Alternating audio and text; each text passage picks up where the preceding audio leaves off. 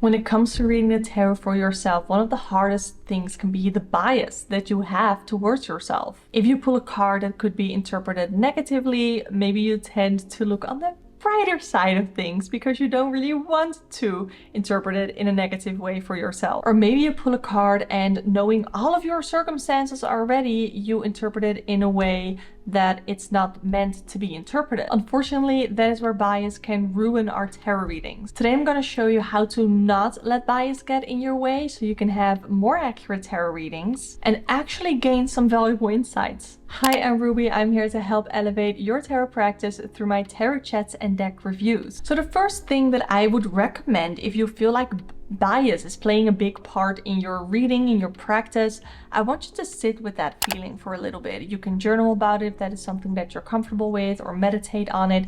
But I want you to think about, why do you think bias is playing a role in your readings? And not by the results, but like, why is bias playing a role in your practice?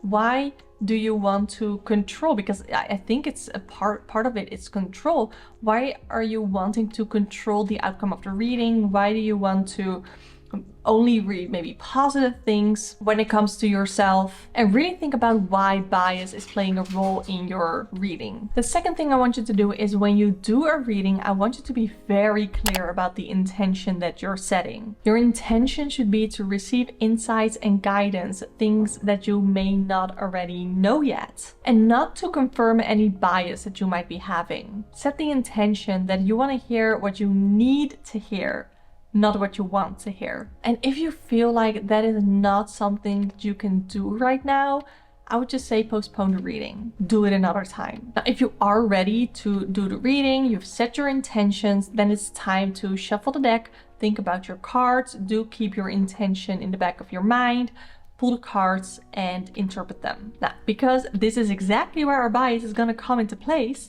I want you to do the following. Journal about them. Not just one interpretation, but multiple.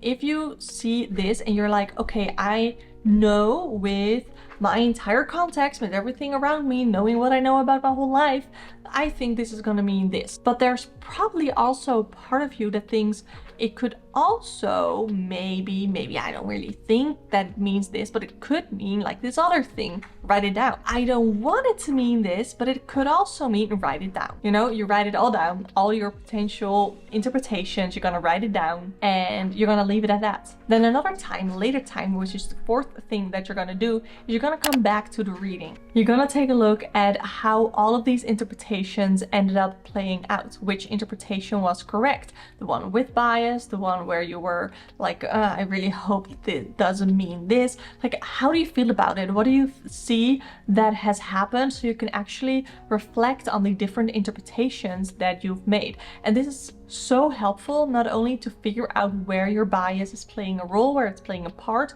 but also to see, oh, so if I follow this feeling, I might get more accurate tarot readings. So the reflection part of this, I think, is really important. Now that you know how to prevent, or at least work with, bias in your tarot readings, you're gonna want to watch this video next, where I share 10 things that tarot readers should avoid. Subscribe to the channel for more tarot chats and deck reviews. Thank you so much for watching. I hope to see you next time. Bye!